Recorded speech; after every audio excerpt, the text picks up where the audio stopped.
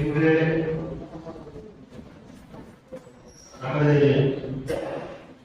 பாரத நாட்டின் முதல் பிரதமராக இருந்த கடிதர் ஜவஹர்லால் நேரு பிறந்த நாள் குழந்தைகள் தொடர்பாக அறிவிக்கப்பட்டுள்ளது. அந்த இந்திய கண்ணாடியிலே அவர் சார்ந்த ஒரு நூல்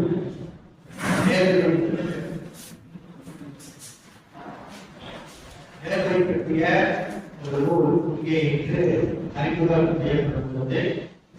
இந்த அருமையான நிகழ்ச்சிக்கு வருகை தந்திருக்கக்கூடிய அனைத்து நல்லுள்ளங்களையும் நோக்கி மக்கள் சிந்தனை பேரணியின் வாசகர்களுக்கு சார்பாக வருகிற வருகை என முதல் வரவேற்பு தெரிவிக்கின்றேன்.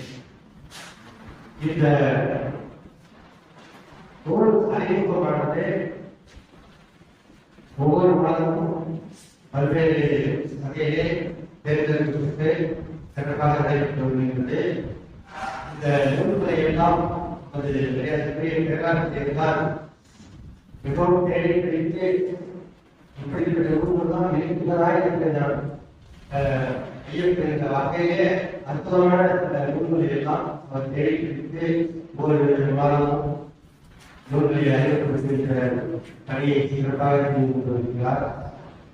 அவரை இந்த நேரத்தில் அவருக்கு நன்றியை கொள்கிறோம். இன்றைக்கு நாம் அறிமுகப்படுத்தக்கூடிய அந்த நூலானது வேறு வழக்குகள் என்பதாகும். இதனை எழுதியவர் ஞான சுப்பிரமணியம் என்ற ஒரு முன்சிறப்பு புலக்கறிஞர். இந்த மாதத்தினுடைய நூல் அறிமுக விழாவானது முதலிலே வீரபாண்டியன் என்பவர் பேசுவதாக திட்டமிடப்பட்டிருந்தது. எதிர்பாராத அவருடைய சூழ்நிலை காரணமாக வர முடியாத காரணத்தினால் 3 நாட்களுக்கு முன்னால் செயல்படுத்தப்பட்டது. நண்பர் சிவகுரு அவர்கள் அந்த கலையை சிறப்பாக செய்திருக்கிறார். இந்த நூல் அமைந்திருந்ததை நாம் கேட்டிருக்கிறோம். இந்த நூல் நூலை பற்றி ஒரே பார்த்தீங்கன்னா நேரு வளர்த்தல் என்ற இந்த நூல் இந்தியாவில் நேரு அவர்கள் சுதந்திர இந்தியாவில் பிரதமராக இருந்த பொழுது அவர்கள் எதிர்கொண்ட ஏராளமான பிரச்சனைகள் இருந்தது.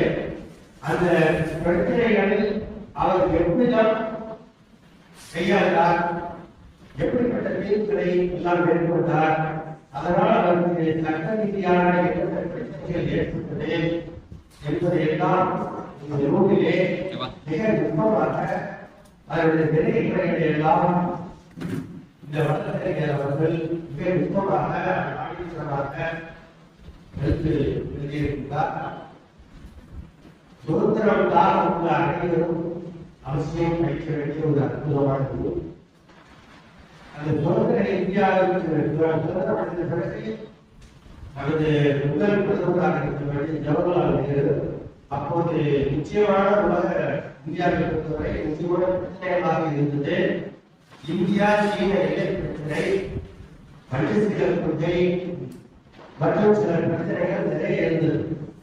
அவற்றையெல்லாம் நேரு எந்த வகையே தீர்வுகளை கண்டார்.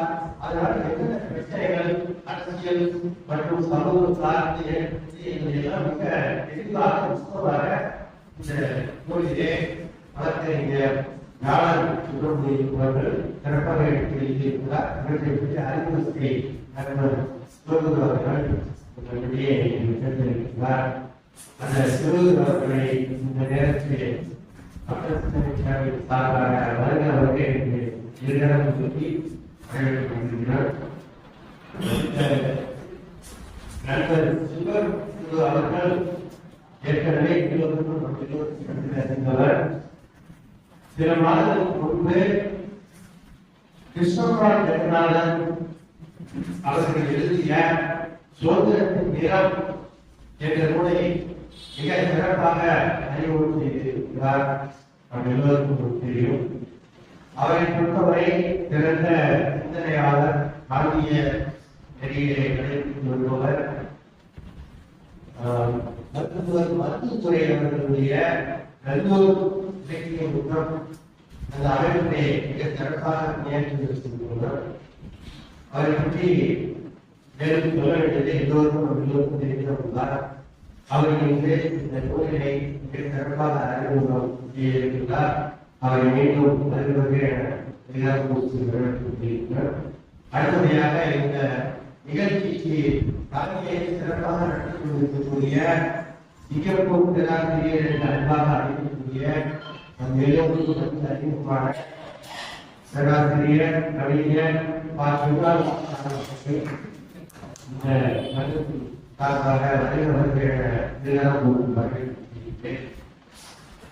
பேராசிரியர் அவர்கள் மிகச்சிறந்த தமிழ் பற்றாளர். சிங்கப்பூரிலே பேராசிரியராக இருந்து அவர் சாதனை எடுத்துள்ளவர்.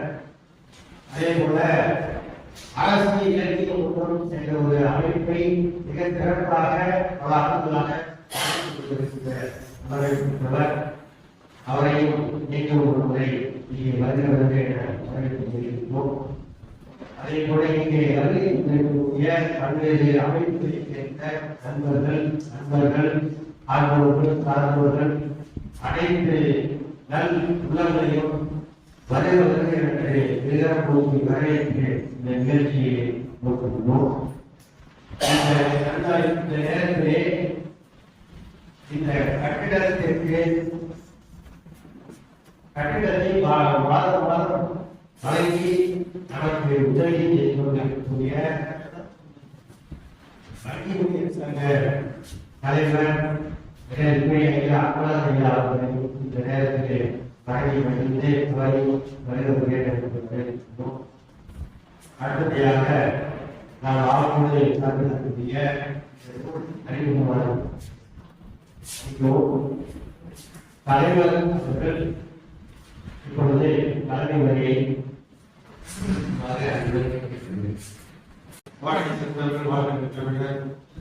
எல்லா உயிர்களும் பெற்றுவார்கள். மக்களுக்காக சிந்திப்போம் என்று மாநில அரசு அருமையான அமைப்பினை உருவாக்கி அந்த அமைப்பினை தகை நேரத்திலே கிடைப்பதற்கு அநேகமாக மாணவர்கள் தேசாபிமானிகள் பணிகள் தேச வரலாற்றை நன்கு அறிந்தவர்கள் விடுதலை போராட்ட தியாகிகள் இவ்வளவு பெரிய விடயங்கள் உள்ளடக்கிய பல நிகழ்வுகளை நடத்தியிருக்கின்றார்கள் மக்கள் சிந்தனை. மற்ற அமைப்புகள் தாழ்வானவை என்பது கருத்தல்ல. மக்கள் சிந்தனை பெறுகின்ற கண்ணியமான உயர்வான நாட்டுப்பட்டுள்ள நல்ல விவரங்களை மக்களிடத்திலே பேசி பகிர்ந்து வருவது மிகவும் மகிழ்ச்சிக்குரியது. நான் ஒரு பார்வையாளராக தான் வருகிறேன் என்றால் என்னுடைய சொந்த அனுபவத்துக்கு நான் அயல்நாட்டில் பணிபுரிந்து அதற்கேற்ற மன பருவங்களை உள்ள கல்விக்கு ஏற்றால் மாற்றி கொடுத்து போது பன்னாட்டு வரலாற்றை படித்து அவருக்கு கல்வி கொடுத்த அந்த ஆட்டிடியூட் எழுதி மாறி நம்ம இடத்துக்கு வந்து உள்ள இங்க அபரிமிதமான வளர்ச்சி அபரிமிதமான அறிவு வளர்ச்சி ஏற்பட்ட அறிஞர்களை பார்த்து எழுதி நான் எழுதி குறிப்பிட்டேன் என்றால் மணிமாறன் அவர்கள் வந்து எழுதி வெளியிட்ட நூலிலே ஹைகோர்ட் ஜட்ஜி மனுஷனுக்கு கொண்டு நான் சொன்னேன். நான் கதைக்கு வரும்போது உண்மையிலே பள்ளியாற்றிய ஒரு லேசான ஒரு கடமை இருந்தது உண்மைதான். ஆனால் பேராசிரியர் விஜயராமலிங்கம் போன்றவர்களை பார்த்தபோது நான் சிந்திக் கொண்டேன் என்று நான் சொன்னேன். வெட்கப்படுவதற்காக அந்த அடுத்து வெட்கப்படவில்லை. காரணம் என்னவென்றால் என் நிலை இருந்த கல்வியிலேயே அதற்குள்ள பாடம் வைக்கின்றதால் நம்மை மாற்றிக்கொண்டது கொடியமைப்பு சிந்தனை பேசி வளர்ந்ததாலும் திடீரென்று தயாரிக்கப்பட முடியவில்லை. ஆனால் வந்த பிறகு அவர்களெல்லாம் தெரிந்து கொண்டிருக்கிற நல்ல வாய்ப்பு எனக்கு மக்கள் சிந்தனை பேரவை பொறுத்தது என்பதை நான் பெருமையாக அடைகிறேன். என்னுடைய தலைமையை தகுதியுடையவராக இருக்கிறேன் என்பதற்கு பேராசிரியர் விஜயராமன் ஐயாவும் இங்கே அனுப்பிய தலைமை ஆசிரியர் கணேசன் அவர்கள் என்னை அழைத்த போது நான் அரசு போய்விட்டேன். இவ்வளவு பெரிய தேசங்களும் மூல ஆய்வாளர்களை எடுத்து கொண்டு வந்து எழுத்து தலைமையாக வைக்கின்றார்கள். எனக்கு மக்கள் சிந்தனை பேரவை உண்மைதான். ஆனால் நான் படித்தவனாக தெரிய வேண்டும் அல்லவா? கடைபிடிக்கொண்டு எழுதி செய்து அச்சத்தினால் நான் அதை மறுத்தேன். ஆனால் போன்ற நேர்களை இங்கே சந்தித்து நான் ஏற்கிறேன், கண்டுபிடித்திருக்கிறேன். அவருடைய ஒரு மூலாவை பார்க்கிறேன். நான் இப்போது கேட்பது மூன்றாவது என்னோட ஆய்வு. ரொம்ப இரண்டாவது பல்கலைக்கழக மாணவர்களும் அவர்களுக்கு பயிற்சி பேச வைத்துதான் பார்க்கிறோம். ஒரு நூலை படித்துவிட்டு அதனுடைய ஒவ்வொரு நுணுக்கத்தையும் அதனுடைய விவரத்தையும் கையிலே வைத்திருப்பாரே தவிர அவர் பேசுவது எனக்கு ரொம்ப வியப்பாக இருந்தது. இரண்டாவது, இந்த நூலை படித்த முழு நிறைவோடு நாங்கள் கட்டத்தை எழுதி போடுகிறோம். மூன்றாவது, அதே நூலுக்கு விற்பனையாக இருந்தால் அதை வாங்கி சென்று ரெஃபரன்ஸாக வைத்துக் கொள்கிறோம். எனவே எல்லா வகையிலும் பார்த்தால் இந்த மக்கள் சிந்தனை பேரவை ஒரு மதிப்புடைய அறிவுக்கூடமாக இருக்கிறது என்ற வகையிலே இது மேலும் வளர வேண்டும், நன்றாக இயங்க வேண்டும் என்று மனதார வாழ்த்து கொள்கிறேன்.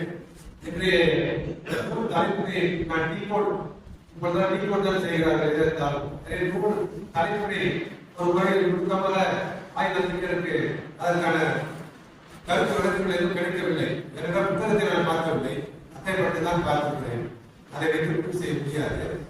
ஆனால் வழக்குகள் என்பதை நான் ஒரு யதார்த்தமான மனிதனாக எடுத்து பார்த்தேன் என்றால் அவர்கள் பாகிஸ்தானில் படித்தவர்கள் கலை அறிவியல் படிப்பை தொடங்கி வழக்கறிஞருக்காக படித்து அங்கிருந்து இங்கு வந்து வழக்கறிஞராக அப்பாவுக்கு கீழே தந்தைக்கு கீழே அவர் பணியாற்றி அதுதான் கூட அவருக்கு ஒரு சலிப்பு தான் ஏற்பட்டது. அந்த தொழில் பிடிக்கவில்லை. காரணம் தேசபக்தி, காந்தியடிகள் மீது இருந்த பற்று. அதன் மூலமாக அவர் அந்த தொழிலை விட இந்த நாட்டுப்பற்றோடு மக்களோடு மக்களாக போராடி கொண்டிருப்பதிலே அவருக்கு இருந்த ஊக்கம் என்பது அவர் வழக்கறிஞரை அதிகமாக கடைபிடிக்கவில்லை. பிற்காலத்தில் எல்லையை ட்ரையல் செய்து அவர்களுக்காக பாதுகாப்புக்காக மீண்டும் ஒரு முறை எத்தனையோ ஆண்டுகளுக்கு பிறகு அந்த கோட்டை பாரிஸ்டர் கோட்டை மாற்றினார் என்று வரலாறு சொல்கிறது. எனவே அவர் எப்படி வழக்காடினார் என்பதை சொல்லக்கூடாதா அல்லது எனக்கு முன்னாலே பேசிய தலைவர் அவர்கள் குறிப்பிட்டார்கள். சுதந்திர இந்தியாவுக்கு பிறகு ஏற்பட்ட சிக்கல்களை பற்றி வழக்குகளை குறிப்பிடுகிறார்கள் எனக்கு தெரியாது. தெரிந்து கொள்ள ஆசையாக இருக்கின்றேன். ஒரு பண்டிதர் ஜவஹர்லால் நேருவை பற்றி பேசுவதற்கு முன்னால் நான் அவரை பண்டிதர் என்று சொன்னதை விட மாமா என்று சொன்னதான் எனக்கு வயது இருக்கிறது. காரணம் அப்படி நான் படித்துக் கொண்டிருந்தது 5வது திருச்சி அரியலூரிலிருந்து திருச்சி வரக்கூடிய அப்பொழுது இருந்த பிளாட் போச்சு இருக்கும். அதுதான் விடுமுறைக்கு போயிட்டு மாமா வீட்டுக்கு வரும்போது மாலை செய்தித்தாள் வந்து விற்பனை செய்கிறார்கள். அதிலே நேரு பிரதமர் நேரு மரணம் என்ற அந்த செய்தி இன்னும் பசுக்காரின் மனதில் இருக்கிறது. நான் பார்த்த அந்த மரண செய்தி. அதற்கு அடுத்த ஆண்டு பள்ளிக்கூடத்திலே விழாவிலே ஏதோ ஒரு பாட்டு பாடும்போது ஒரு சிறுவன் பாடினார். அந்த பாட்டு நேருவை பற்றிய பாட்டு. அந்த பாட்டு ராஜாவாய் வந்த மாமா, ரோஜாப்பூ தந்த மாமா, நேரு மாமா என்று சொல்ல இனி யார் மாமா வருவார்கள் பார்க்கும்போது அனைவரும் ஆசிரியர்கள் நினைக்கிறார். இப்படி ஒரு உறவை வளர்க்கக்கூடிய ஒரு அற்புதமான மனிதர். அவர் சக்திதர், அவர் அறிவாளி என்பதுதான் அப்புறம் சிறந்த மானுட பற்றாளர், சிறந்த ரீடர், நல்ல எழுத்தாளர், சிறந்த வரலாற்று ஆசிரியர், நல்ல அரசியல் ஞானி, ஸ்ட்ராட்டஜிஸ்ட் அல்ல, எப்படி எந்த நாட்டை எப்படி கையாள வேண்டும் என்பதில் தெரிந்தவர் என்று பல்வேறு பொருட்கள் இருந்தாலும் வழக்கறிஞர் என்பதும் அதில் இருக்கிறது.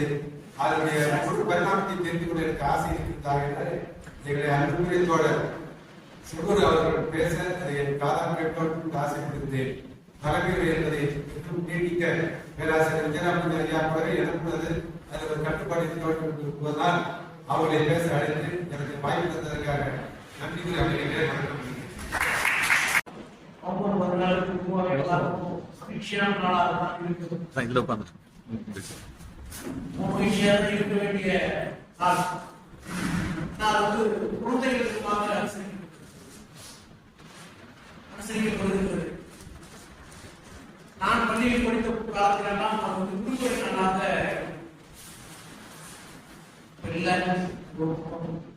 இருந்தாலும் கூட ஆசிரியர் ஐயா ஆசிரியர் அவர்கள் சொன்னதை கூட நான் இங்க வந்து சப்ஸ்டியூட்டாக தான் வந்திருக்கேன். அதில் 200 பேர் நிலையத்தில் என்று ஐயா கலியகுமார் அவர்கள் சொன்னார். அந்த அளவுக்கு நான் கருதி கொண்டவனா என்று எனக்கு தெரியாது. ஆனால் இங்க வந்து பேச வேண்டிய உண்மையிலேயே வந்து நேரத்தை பற்றி பெரிய ஆய்வை தொடர்ச்சியாக செய்து கொண்டிருப்பவர். 3-4 புத்தகங்களை அவர் குறித்து எழுதியவர். அவர் பேசியதால் இன்னும் கொஞ்சம் கூட நன்றாக இருக்கும். அவர் எடுத்துக்கொண்ட தலையும் அதன் புத்தகமும் வேறு. தலைமை உரையாற்ற இருக்கக்கூடிய பேராசிரியர் அவர்கள் சொன்னதை போல இந்த புத்தகம் அவர் எதிர்பார்த்தது மாதிரி இல்லை, அதே மாதிரி ஐயா சொன்ன மாதிரி இல்லை. சுதந்திரத்திற்காக நேரு போராடிய பொழுது அவர் சந்தித்த வழக்கு அதான் புத்தகத்துடைய உள்ள ஒரு 2 நிமிஷம் நேரவை பற்றி நம்ம எல்லாருக்கும் தெரியும், எத்தனையோ விஷயங்கள் தெரியும், ஏராளமான அரிய பல தகவல்கள் தான் இருக்கு. ஆனால் 2 விஷயங்களை மட்டும் நான் ஒரு இடத்தில் சொல்லிவிட்டு அதற்கு பிறகு இந்த புத்தகத்தை சொல்லலாம். மகாத்மா காந்தியினுடைய வாழ்க்கையில் மிக முக்கியமான அரசியல் திட்டமாக இருப்பது தண்டி யாத்திரை. இந்தியாவுக்கு வந்த பிறகு எந்த பொருளின் மீது ஆங்கில அரசாங்கம் வரி போட்டிருக்கிறதோ அதை எந்த பொருளை தேர்ந்தெடுக்கலாம் என்று சொல்லி அதை உப்பை தேர்ந்தெடுத்தார் பாபு. தண்டிக்கு யாத்திரை போனால் உப்புக்கு வரி கொடுக்க மாட்டேன்னு சொல்லி சொன்னாரு. உப்பு காட்சி அதெல்லாம் ஒரு புரியும். தண்டிக்கு யாத்திரை செல்கிறார். ஒரு நாள் இரவு அவர் செல்லக்கூடிய ஒரு பகுதி மிகவும் பின்தங்கிய ஒரு குஜராத்தினுடைய ஒரு கிராமப்புற பகுதி. இன்னும் குஜராத் பின்தங்கிதான் இருக்கிறது. இன்னும் பின்தங்கிதான் இருக்கிறது. அப்படிப்பட்ட ஒரு கிராம பகுதிக்கு செல்கிறார். உங்களுக்கு தெரியும், எல்லோருக்கும் தெரியும், இங்க இருக்கக்கூடிய ஆண்டோர்களுக்கு, இலக்கியவாதிகளுக்கு, அரசியலாளர்களுக்கு எல்லோருக்கும் தெரியும். ஒவ்வொரு நாளும் இரவு உறங்குவதற்கு முன்னால் மகாத்மா தனக்கு வந்த கடிதங்களை எல்லாம் படித்துவிட்டு அதற்கு பதில் எழுதிவிட்டு தான் உறங்க போவார். அவர் உறங்கக்கூடிய நேரம் மிக மிக குறைவாகத்தான் இருக்கும். அவர் எப்போது உறங்குகிறார், எப்போது பிடிப்புடன் இருக்கிறார் என்று தெரியாது. அதிகாலையிலேயே எடுத்துள்ளார். அவர் வந்து ஒரு ஆற்றங்கரையோட கூட தங்கி இருக்கிறார். அது முடியல இல்ல இன்னைக்கு கேட்பாங்க. இரவு அவருக்கு தகவல் வருவது, உங்களை பார்க்க ஜவஹர் வந்து இருக்காரு. ஜவஹர் எதுக்கு இப்ப வர்றான்? மகாத்மா யதார்த்தமாக கேட்கிறார். இல்ல உங்ககிட்ட ஏதோ ஒரு அவசரமான ஆலோசனை பண்ண அவனுக்கு நடந்தே பழக்கம் வாங்க சொல்றாரு. ஏன்னா எப்பேற்பட்ட செல்வந்த குடும்பத்தில் பிறந்தவர். இன்னைக்கு வந்து ஏராளமான வழக்குகள் இருக்கிறார். 1 மணி நேரத்துக்கு வந்து வாங்கக்கூடிய வழக்குகள். ஆனால் அப்பொழுதே 1 மணி நேரத்திற்கு ஒரு வழக்குக்கு என்று மிக அதிகமான தொகை வாங்கியவர்களில் ஒருவர் பண்டிட் ஜவஹர்லால் நேருடைய தந்தை மோதிலால் நேரு. அப்பேற்பட்ட செல்வந்த குடும்பத்தில் பிறந்த ஒருவர் தன்னை பார்க்க கால்நடையாக இவ்வளவு தூரம் ஏன் வருகிறார் என்று மகாத்மாவுக்கு மிகப்பெரிய புறம். அவர் அந்த ஆற்றங்கரை போல தங்கியிருக்காரு. அந்த ஆற்றுல தண்ணி கிடையாது, முழுக்க சேரு. நேரோடு கூட வந்தவர்கள் நீங்க இருந்துட்டு காலையில வரும். அப்ப வந்து இந்த பக்கத்துல இருந்து இந்த கிராமத்து வழியா சுத்தி போறதுக்கு அழைச்சிட்டு போறதுக்கு ஆட்கள் வருவாங்க. இல்லை இந்த இரவே நான் வந்து பார்த்தா இவ்வளவு தூரத்துக்கு இருக்கு சேரு. அந்த புதை சேற்றில் நடந்து போய் காந்தியை பார்க்க போகிறார். காந்தி பார்த்து அதிர்ச்சியாக ஜவஹர் அவ்வளவு அவசரம் என்ன என்னை பார்க்க கேட்கிறார். ஒரு அவசரமான அரசியல் ஆலோசனையை பெற வேண்டும் என்பதற்காக நான் தந்தையை சொல்லி 3 மணி நேரம் உரையாடி கொண்டிருக்கிறார். முடிந்துவிட்டு அதே திரும்பி அந்த உதயமன சேற்றில் நடந்து கிளம்பி இருக்கிறார். அடுத்த நாள் காலை மகாத்மா காந்தி சொல்லுகிறார்,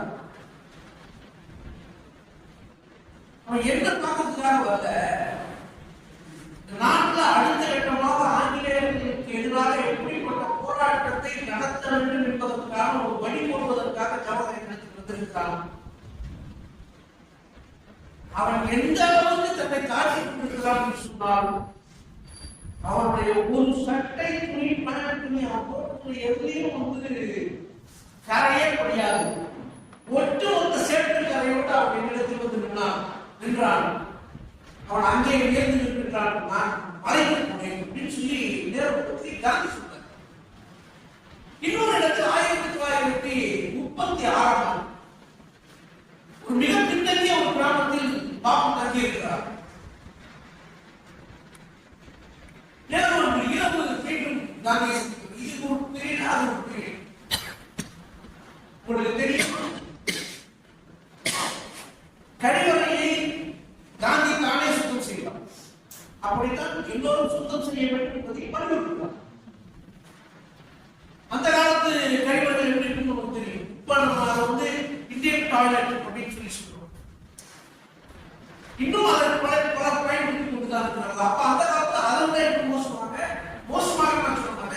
இந்த விஷயம் புளியை பறித்து அதுமே அப்படிதான் இருக்கக்கூடிய சிஸ்டம். வந்து ஒரு நாள் தங்கிவிட்டு அடுத்த நாள் சொல்லக்கூடியவர் காந்தி யோசிக்கிறார், ஜவஹர்லாலுக்கெல்லாம் பழக்கப்படையாத ஒரு மனிதராகிறேன். காந்தி எந்த யோசனை போயிருக்கிறார். ஜவஹர் சொல்லுகிறார், நான் உங்களுடைய சந்தித்த நாளிலிருந்து என்னுடைய முழு பழக்க வழக்கங்களை ஒட்டுமொத்தமாக மாற்றிக் கொண்டிருக்கிறேன்.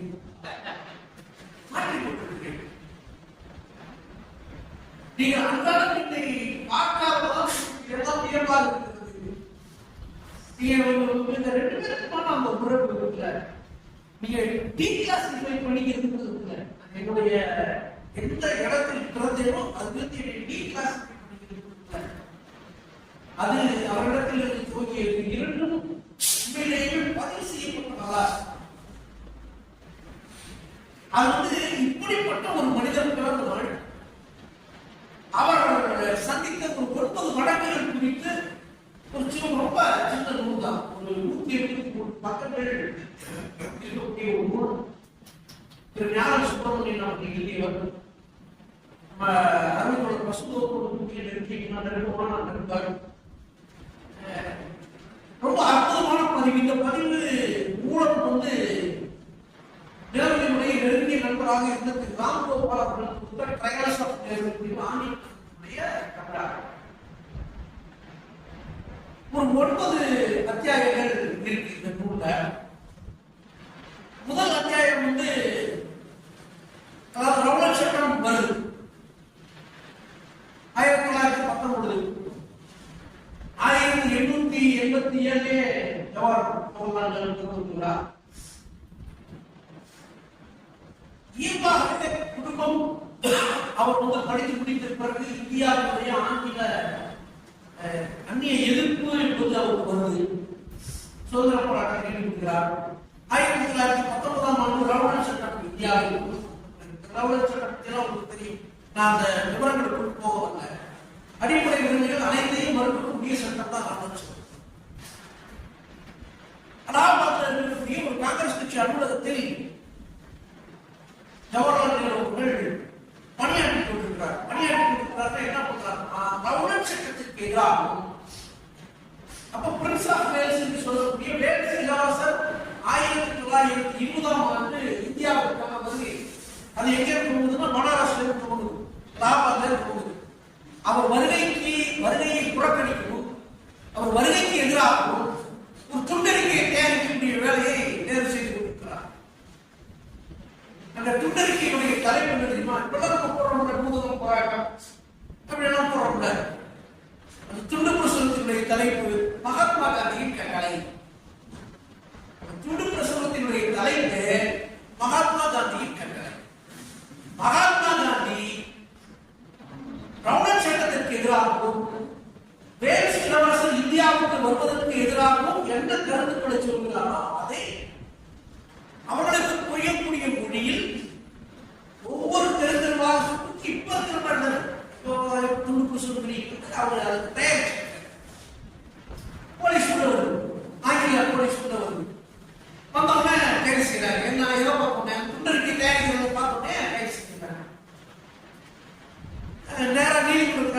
இருக்காரு. நீதிமன்றத்துக்கு போய் நீங்க குற்றவாளி, நீ இப்ப இருக்கிற நீதிமன்றங்களே எப்படி இருக்குன்றது உங்களுக்கு தெரியும். அந்த காலத்து நீதிமன்றங்கள் எப்படி இருந்திருக்கும் என்பதை உங்களுக்கு ஒரு கற்பனைகளை கொடுத்து விடுகிறேன். உங்கள் மீது 7 குற்றச்சாட்டுகளை நான் வைக்கிறேன். இந்த 7 குற்றச்சாட்டுகளுக்கும் நீங்கள் எதுவும் பதில் சொல்ல விரும்புகிறீர்களா என்று நீதியரசர் கேட்கிறார். நேரம் பதில் சொல்றார். இந்தியாவில் இருக்கக்கூடிய ரொம்ப சிம்பிளான விஷயத்த, மிக மிக அடர்த்தியான விஷயம், ஆனா அது ரொம்ப எளிமையா சொல்லுகிறது. அவர் சொல்றது, இந்தியாவில் இருக்கக்கூடிய பிரிட்டிஷ் அரசாங்கத்தை நான் அங்கீகரிக்க வேண்டும். நான் ஏற்றுத்தானே நாம் அங்கீகரிக்க வேண்டும். இது நீதிமன்றம் என்றும் நான் ஏற்க வேண்டும். அதற்கான தகுதி இந்த நீதிமன்றத்துக்கு இல்லை. இந்த கைது நடவடிக்கையே ஒரு கேள்வி கூத்து. ஏற்கனவே எங்கேயோ ஒரு இடத்தில் தீர்மானிப்பதை நீதிமன்றம் செய்திருக்கிறது. அவ்வளவுதான் என்னுடைய பதில். உடனே தீர்ப்பெழுதான் நீதிபதி. கிரிமினல் திருத்த சட்டம் 17 அதான் இருக்கு. 6 மாதம் வெறும் காவல் தண்டனை, 100 ரூபாய் அபராதம். எப்போ 1920 1920 இந்த தண்டனை வழங்கப்பட்டு சிறைக்கு முதல்ல போறார். தண்டனை காலத்துக்கு முன்னதாகவே 1922ஆம் ஆண்டு மார்ச் 22 விடுதலையாகிறார். முதல் சிறை வாழ்க்கையை நேரத்தில் கொடுக்கிறார். 87 நாட்கள் முதல் சிறை வாழ்க்கை. அவர் மீது அடுத்த வழக்கு விடுதலையான பிறகு அலாபாத் சொல்லுகிறார். என்ன பிரச்சனைனா, காங்கிரஸ் கட்சியினுடைய நடவடிக்கை ஒரு தலைவர், மிக முக்கியமான தலைவர், அலகாபாத் மிக முக்கியமான தலைவர், அவரை மும்பை சிறையில் அடைச்சா ஒட்டுமொத்த கட்சியில் ஒரு போய் வரணும். வந்து பார்த்தாலே ரொம்ப சங்கடமா இருக்கும். காங்கிரஸ் கட்சியினுடைய நடவடிக்கையில ரொம்ப தொய்வா இருக்கும். சரி, அதை புதுப்பித்து புனரமைத்து மறுசீரமைத்து அதை உத்வேகப்படுத்தி அதை மீண்டும் கிளர்ச்சிக்கு தயாராக கேரள என்ன பண்ணாலும் யோசிக்கிறார். அடுத்த கட்ட போராட்டத்துக்கு ஏற்கனவே காந்தி அந்த அறையில் கொடுத்துட்டு இவர் எதை சொன்னா இங்க ஏதாவது ஒரு கிளம்பும் அப்படின்னு எதிர்பார்க்கிறார். அதுல இருந்து தீர்மானிக்கிறார் அந்நிய போராட்டம். நம்ம இன்னைக்கு நான் அவ்வளவுதான் சொல்லுங்க, ஒரு நடுத்தர வர்க்கத்தில் இருந்து வந்திருக்கக்கூடியவர்களுக்கு தெருவில் இருந்து போராடுவத கேச சமயத்தில் கூச்சமாக இருக்கிறது. அலகாபாத்தினுடைய மிக உயர்ந்த உச்சபட்ச பணக்கார குடும்பத்தினுடைய ஒரு பிள்ளை அந்த அலகாபாத்தில் இருக்கக்கூடிய அனைத்து தெருக்களில் இருக்கக்கூடிய கடைகளுக்கு செல்கிறார். ஒரே அதிர்ச்சி பணிகள் இருக்கலாம். என்ன மோதிலாம் அந்த பையன் எதுக்கு தெருவுக்கு போறாரு? நீ கற்பனை பண்ணி பாருங்க. தஞ்சாவூர்ல இருக்கக்கூடிய மிக முக்கியஸ்தர்களுடைய ஒரு மகன் கடை வீதிகளில் சென்று ஏதோ ஒரு போராட்டத்திற்காக, ஏதோ ஒரு விஷயத்துக்காக பிரச்சாரம் பண்றான்னு வச்சுக்காங்க. என்ன நினைப்பாங்க? புண்ணியமூர்த்திக்கு வாசல் நின்று ஒருத்தருக்கு இந்த நாட்டினுடைய ஒரு மிக முக்கியமான அரசியல்வாதிகளுடைய ஒரு பிள்ளை பேசிட்டு இருக்காரு அப்படின்னா என்ன யோசிப்பாங்க? இவருக்கே எங்க வராங்க யோசிப்பாங்க. அலகாபாத்ல அப்போ இந்தியாவுடைய மிகச்சிறந்த வழக்கறிஞர்களில் ஒருவரான மோதிலால் நேருவுடைய மகன் லண்டனில் சென்று பாரிஸ்டர் பட்டம் பெற்று பின்னர் திரும்பி வந்தவர் ஒவ்வொரு கடற்கரையா போய் பின்னர் இருக்கிறவங்க அழைச்சிட்டு போய், நீங்க இனிமேல் தயவு செஞ்சு அந்நிய துணிகளை பார்க்காதீங்க, காந்தி சொல்லக்கூடிய கதராடுகளை வாங்கி விற்பனை செய்யுங்கள் அப்படின்னு சொல்லி பிரச்சாரம் பண்றாரு. வணிகர்கள் கேட்கிறாங்க, முதலுக்கே வாங்கி வாங்கி வச்சிருக்கோம், அதை விற்கவே கூடாதுன்னா நான் போட்ட முதலுக்கு என்ன ஆகுது கேட்கிறார். விவரிக்கிறார், எளிய மொழிகள் பேசுகிறார், அக்செப்ட் பண்ணிக்கிறார்.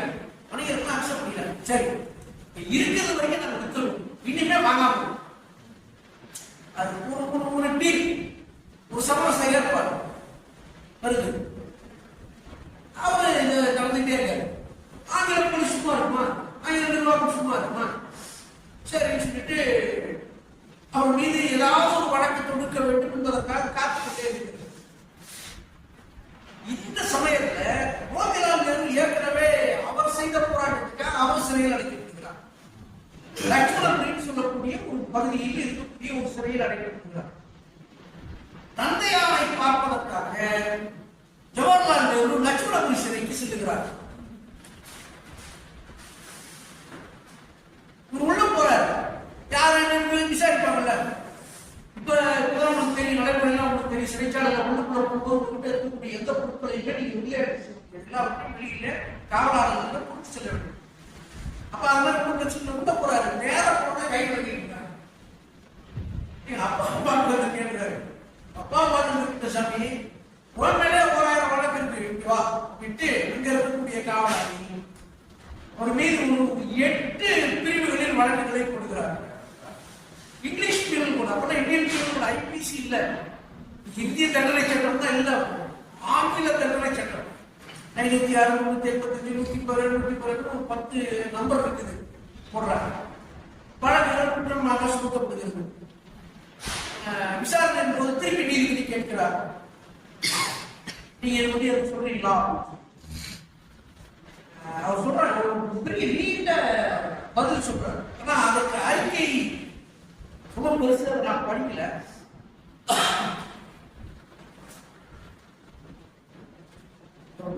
ஒரு சில முக்கியமான வரிகளை மட்டும் இந்த புத்தகத்திலிருந்து சொல்ல வேண்டும் என்று நினைக்கிறேன். அதுல இன்னைக்கு நிலைமையில இருக்கிற மாதிரி யாரும் புரிஞ்சுக்க வேண்டாம்.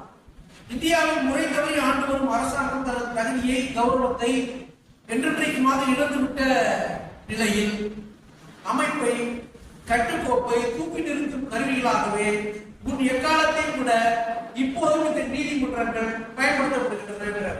2025 பொறுத்திருக்கிறது தான் நான் நினைக்கிறேன். அது உங்களோட அச்சுறுத்தல், பணம் பறிக்க முயற்சித்தல் ஆகிய குற்றங்கள் என் மீது சுமத்தப்பட்டுள்ளது. உண்மையிலேயே இவ்வாறு குற்றம் சாட்டப்படுகிறதா என்று நான் வியக்கிறேன். ஏன்னா நான் வந்து கடைக்கடையா போய் அந்நியத்தின் புறக்கணிப்பு தான் நான் பண்ணேன். சட்டப்பூர்வமான நோக்கம் ஒன்றுக்காக சாத்வீக மறியல் செய்வது குற்றமெனில் நான் குற்றவாளியே. அதை செய்யுமாறு கூறினேன். அந்த முயற்சியில் நான் உதவியும் செய்தேன். அடுத்ததான் மிக முக்கியமான ஒரு அந்த அறிக்கையில பகுதி, பழைய வன்முறை, திரட்டல் ஆகியவை எமது ஆயுதங்களே அல்ல. எமது மாபெரும் தலைவர் எங்கள் கரங்களில் தந்துள்ள ஆயுதங்கள் அன்பும் தியாகமும் தான். அவருடைய தலைவர், அவருடைய அரசியல் ஆசான் காந்திய சொல்றார், நாங்கள் எங்களை தியாக வேள்வியில் அர்ப்பணிக்கிறோம். எமது தியாகத்தின் மூலம் எதிரியின் மனத்தை மாற்ற முயற்சி. இதை சொல்லிட்டு ஒரு மிகப்பெரிய அறிக்கையை நேரு நீதிமன்றத்தில் சமர்ப்பிக்கிறார். சமர்ப்பித்தவுடன் அறிக்கையெல்லாம் அமைந்தல் படிக்கிறார். உங்களுக்கு தண்டனை உறுதியான உண்மைதான். அதனால உங்கள் மீது அதிகபட்சமான குற்றச்சாட்டுகளை வைத்து மிக நீண்ட தீர்ப்பை வாசிக்கிறார் நீதிபதி. இந்த முறை இறுதியில் அச்சுறுத்தல் குற்றம் செய்ததற்காக தீர்மானிக்கப்பட்டு இனிமேல் அப்படிப்பட்ட அச்சுறுத்தலை மனிதர்களுக்கோ பொதுமக்களுக்கோ நேரு அலகாபாத்தில் செய்யக்கூடாது அப்படின்னு ஒரு தீர்ப்பு கொடுத்தாங்க. இது எப்படி இருக்கு, அந்த திருவிளையாடல வந்து வாயை திறந்து பாடக்கூடாது அப்படின்னு சொல்லி பாலையா சொல்றாரு.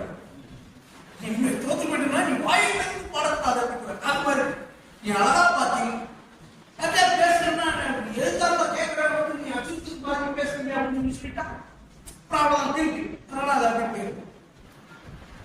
அடுத்ததாக அவர் வந்து காங்கிரஸ் கட்சியினுடைய மிக முக்கியமான தலைவராக வளர்ந்து கொண்டிருக்கும் காலமாக 1923 உங்களுக்கு தெரியும், பஞ்சாப் மாநிலத்தினுடைய ஒரு பகுதி சீக்கியர்களுக்கு ஒரு பகுதியாக இருக்கக்கூடிய ஒரு பிரிவினர் நாப்பா என்று சொல்லி ஒரு பகுதியை வச்சு அதுல கவனம் பண்ணிட்டு இருந்தாங்க.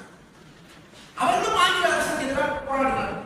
தனியா ஒரு ஆங்கில அரசுக்கு எதிராக தொடர்ச்சியான போராட்டங்களை நடத்திக்கிட்டே இருக்கிறார்கள். சீக்கியர்களுடைய ஆங்கில எதிர்ப்பு போராட்டம் என்பது மிகப்பெரிய வரலாறு. உண்மையிலேயே அதெல்லாம் அவசியம் படிக்க மிக நீண்ட தியாகத்தை கொண்ட அந்த வரலாற்றை நாம் அவசியம் உருவாக வேண்டும் என்பதை தலைமையோடு இந்த சந்தர்ப்பத்தில் நாப்பா பகுதிக்கு போய் அங்க இருக்கக்கூடிய சீக்கிய போராளிகளிடம் விடுதலை வேண்மை உச்சப்படுத்துவதற்காக போறார். நேருவோட கூட போறது உங்களுக்கு எல்லாருக்கும் தெரிந்திருக்கும். நேருவோட கூட போகும்போது நேருவோட அன்றைய காங்கிரஸ் கட்சியின் மிக முக்கியமான தலைவர்களாக இருந்த தமிழ்நாட்டில் உருவான கே. சுல்தான் அவர்கள், கிருமானி பல தலைவர்கள் போறாங்க. என்ன பண்ணிடுறான் ஆங்கில போலீஸ் அவங்கள ட்ரெயின்ல இறக்கணும்னு கையில விலங்கு போட்டு ரோடோட அப்படியே அழைச்சிட்டு போறாங்க. பராசக்தியில சிவாஜியை அழைச்சிட்டு போறாங்க நீதிமன்ற காட்சி அது மாதிரி அழைச்சிட்டு போறாங்க.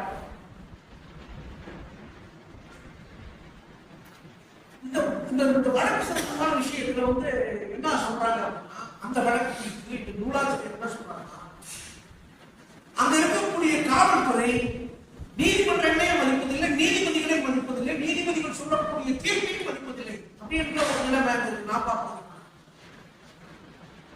இன்னொரு பாயிண்ட் என்னன்னா, இவங்க இங்க அந்த ஒரு முக்கியமான பகுதிக்குள் ஒரு சதி திட்டம் தீட்டி இந்த மூவர் யாருக்கு சந்தானம் அவர்களும் ஜவஹர்லால் நேரு அவர்களும் எட்டி கிருமானி அவர்களும் ஒரு சதி திட்டம் தீட்டி ஆங்கில அரசுக்கு எதிராக ஒரு மிகப்பெரிய சதியை உருவாக்கி ஒரு கலாச்சாரம் செய்வதற்கான ஏற்பாட்டை செய்து கொண்டிருக்கிறார்கள் என்று திட்டமிடுவதற்காக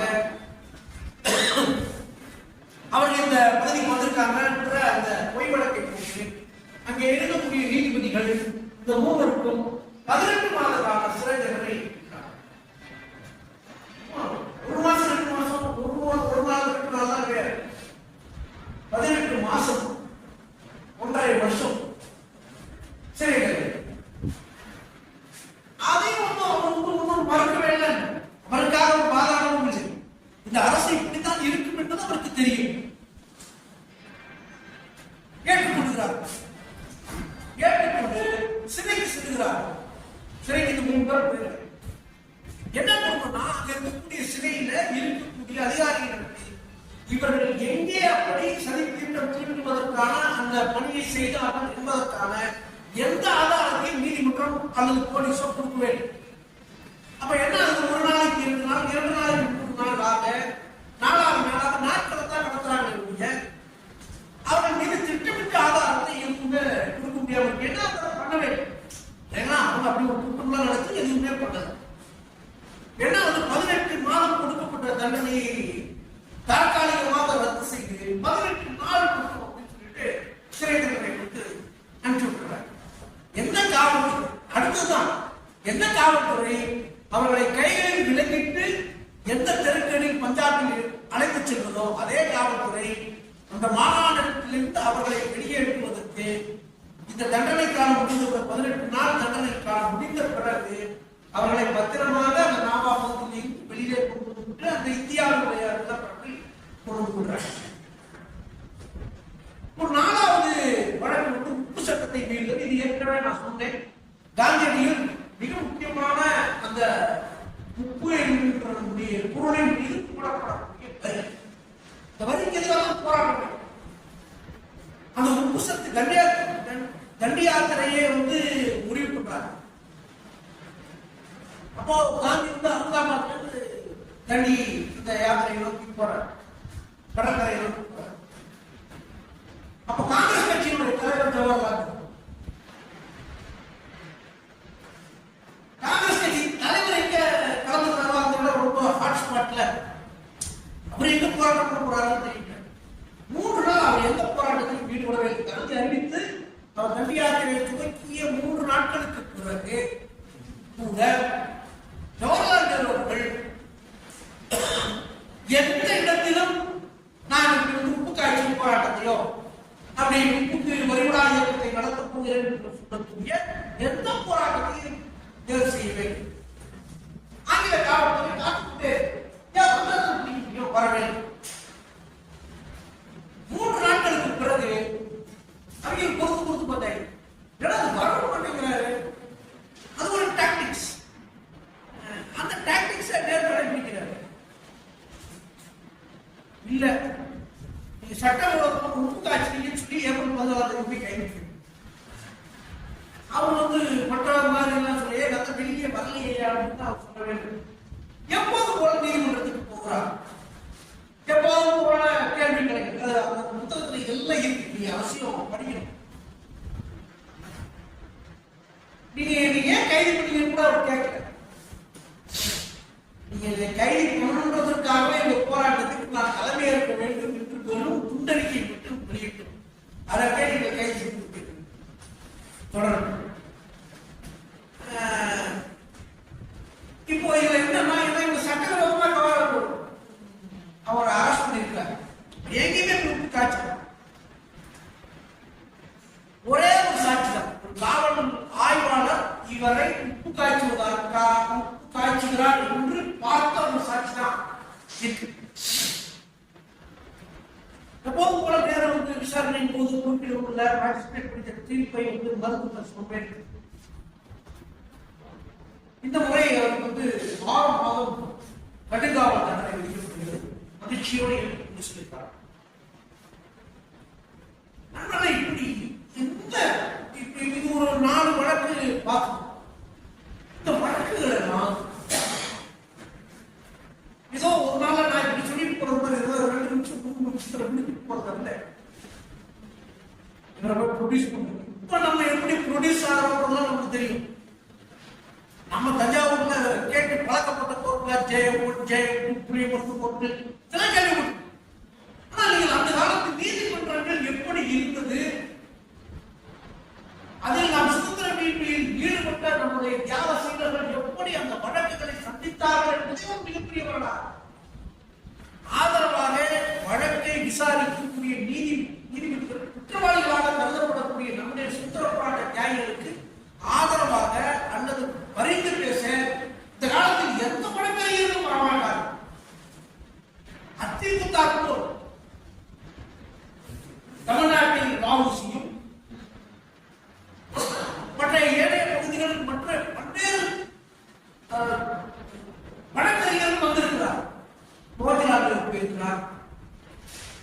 இப்படி பிரபல வழக்கறிஞர்கள் நம்முடைய சுதந்திர போராட்டத்தினுடைய அந்த அபினிட்டி அதன் மீது அவர்களுக்கு இருக்கக்கூடிய ஈர்ப்பின் காரணமாக குற்றவாளிகள் என்று கருதப்படக்கூடிய விடுதலை போராட்ட வீரர்களுக்கு ஆதரவாக நேரத்தில் யாருக்கும் கடைசி வரைக்கும் இந்த 9 வழக்குகளிலும் நேருக்கு ஆதரவாக ஒரே ஒரு வழக்கறிஞர், அவருக்கு ஆதரவாக ஒரு வழக்கறிஞர்கள் கூட போய் பேசுவதா இந்த புத்தகத்தில் பதிவுகள் இல்லை. அவரே அவருக்காக வழக்காடி இருக்கிறார். உலகத்தில் பெரும்பாலான தலைவர்களுடைய வழக்குகள் இப்படிதான் நடந்திருக்கு. நெல்சன் மாண்டேலா யாருக்கு அவர்தான் அவருடைய வழக்குக்காக நீதிமன்றத்தில் வாதாடினார். பிடல் காஸ்ட்ரோ அப்படிதான் பிரதாசனார் வரலாறு விடுதலை செய்யும் அப்படின்னு சொன்னார். ஏன் நம்ம இப்படி பார்க்கிறோம்? இன்னைக்கு நியூயார்க்கினுடைய மேயராக பதவியேற்றவர் அவர் சொன்ன முதல் வார்த்தைகள் என்ன தெரியுமா? யாராவது பார்த்தீங்களான்னு எனக்கு தெரியல. ஒரு வீடியோ கிளிப்பிங் ஒன்று இருக்கு. நியூயார்க்கினுடைய மேயராக இன்று தேர்ந்தெடுக்கப்பட்டிருப்பவர் ஒரு அகதி, ஒரு இமிகிரண்ட். அவர் ஒரு ஆப்கானிஸ்தான் தந்தைக்கும் அமெரிக்க தாய்க்கும் பிறந்த ஒரு மகன். அவர் முதலில் பேச துவங்கும் பொழுது, வெற்றி பெற்று பேச துவங்கும் பொழுது அவர் சொல்கிறார், நான் உலகத்தின் எந்த தலைவரையும் வார்த்தைகளையும் நான் பயன்படுத்தவில்லை. ஜவஹர்லால் நேரு 1947ஆம் ஆண்டு இந்தியா சுதந்திரம் அடைந்த போது பேசிய வார்த்தைகளை மட்டுமே நான் பேசி என்னுடைய உரையை துவங்குகிறேன்.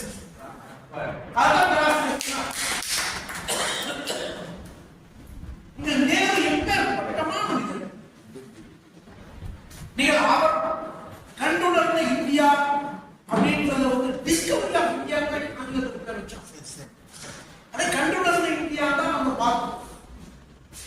உண்மையிலே நம்ம இந்திரா பிரியதர்ஷினிக்கு அவர் எழுதிய கவிதைகளை எல்லாம் நாம் வாசிக்க வேண்டும். ஒரு மிகப்பெரிய வரலாற்று ஆவணம். எத்தனையோ நாடுகளினுடைய தலைவர்கள் அந்த காலத்தில் போராடிகள் யாரா எல்லாரும் எப்பேற்பட்ட தலைவர். எல்லோரும் நேரு என்ன சொல்லுகிறார்? உண்மையிலுமே எந்த பதிவு கூட நான் எல்லோ பெரியார்களே கேட்டீங்கன்னா நிச்சயமா கேட்டுருக்கீங்க. 1950ஆம் ஆண்டு ஜனவரி 30ஆம் தேதி மகாத்மா இரவில் அவர் ஆற்றிய இரங்கல் உரையை அவர்கள் கூர்ந்து அனைவரும் யூடியூப்ல கேட்கும். அப்படிப்பட்ட உரையை இனிமேல் வாழ்க்கையில் எந்த ஒரு தலைவருக்காகவும் எந்த ஒரு தலைவருக்கும் அந்த இரங்கல் முறையில் அவர் உண்மையை செய்ததனால்தான், உண்மையை சொன்னதனால்தான் இந்தியா அன்று தப்பித்தது. அதே போல் 1947 ஆகஸ்ட் 15 அவர் கொடியேற்றி நிகழ்த்திய உரையில் சொல்லி கடைசியாக முடிப்பார்.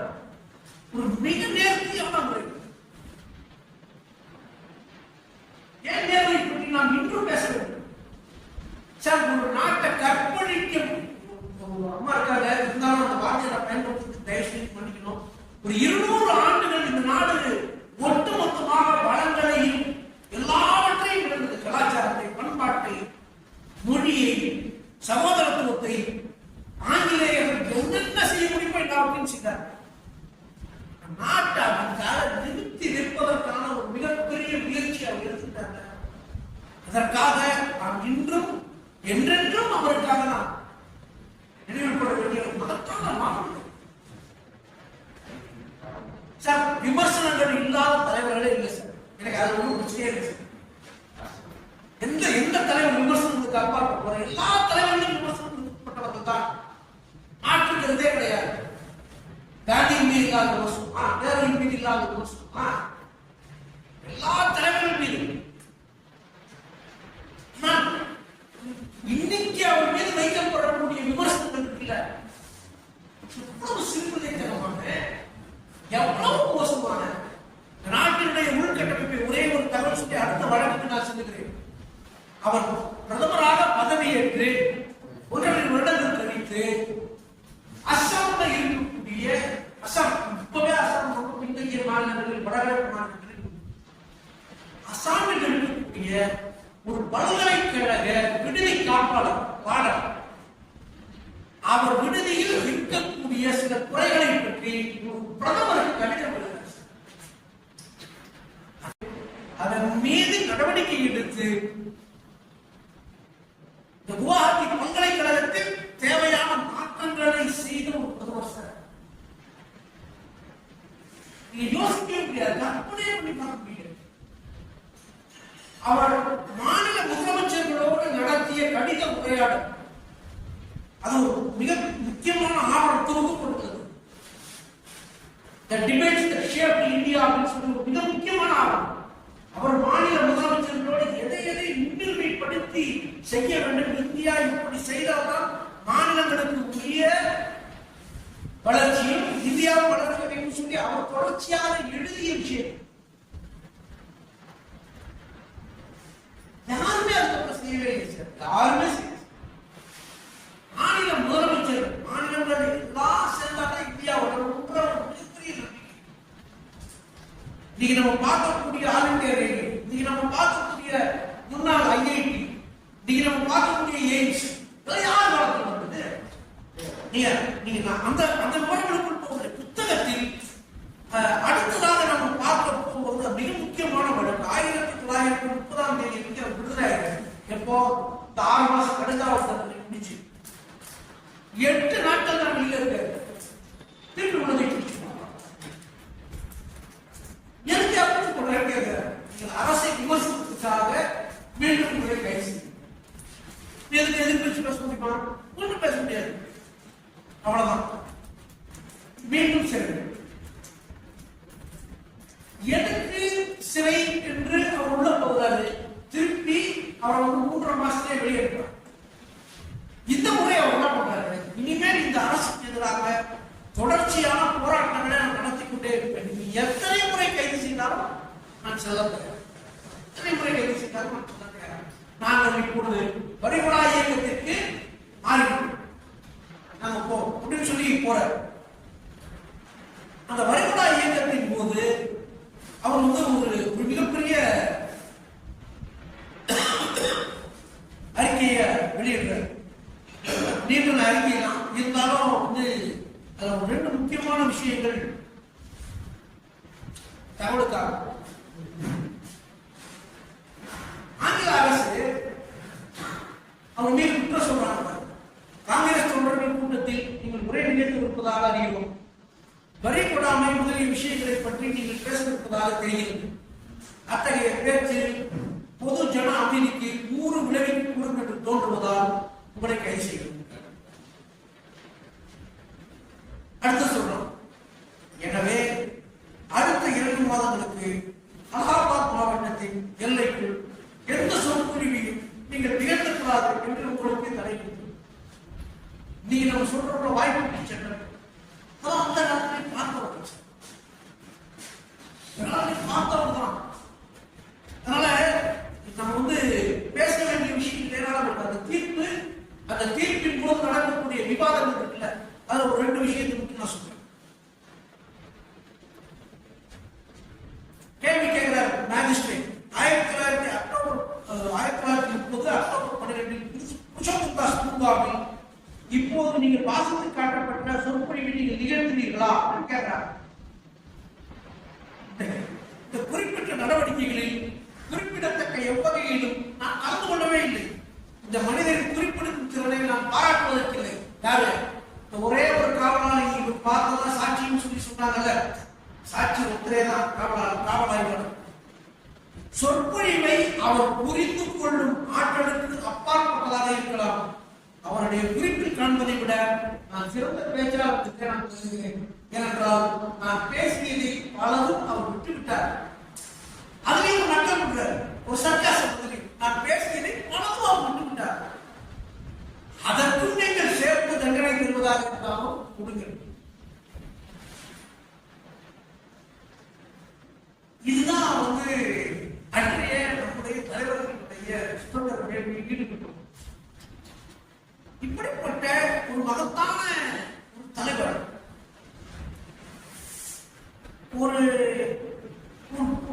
அவரால் பொறுத்து கொள்ளவே முடியாத அளவிற்கான ஒரு பிரச்சனையெல்லாம் வருங்க. அவர் வராது, திருப்பி மீண்டும் சிறையில் அடைக்கப்பட்டு வெளியே வர்றார். இந்தியாவின் மிகப்பெரிய பிரச்சனை பொருளாதார பிரச்சனை உருவாகும். ஏற்கனவே இந்த நாடு ஆங்கிலேய ஆட்சியாளர்களால் சுரண்டப்பட்டு கொண்டிருக்கக்கூடிய காலமாக இருக்கு. விவசாய பொருட்களுடைய விலை கடுமையாக வீழ்ச்சியடையும். இந்தியா அடிப்படையில் விவசாயம் சார்ந்த நாடு. விவசாயிகளை காப்பாற்றாவிட்டால் இந்த நாடு இதற்கு மேலும் பயணிக்க முடியாது என்கின்ற மிக மோசமான கிராமப்புற பொருளாதாரத்தை மேம்படுத்த வேண்டிய அவசியம் இருக்கிறது, காப்பாற்ற வேண்டிய அவசியம்.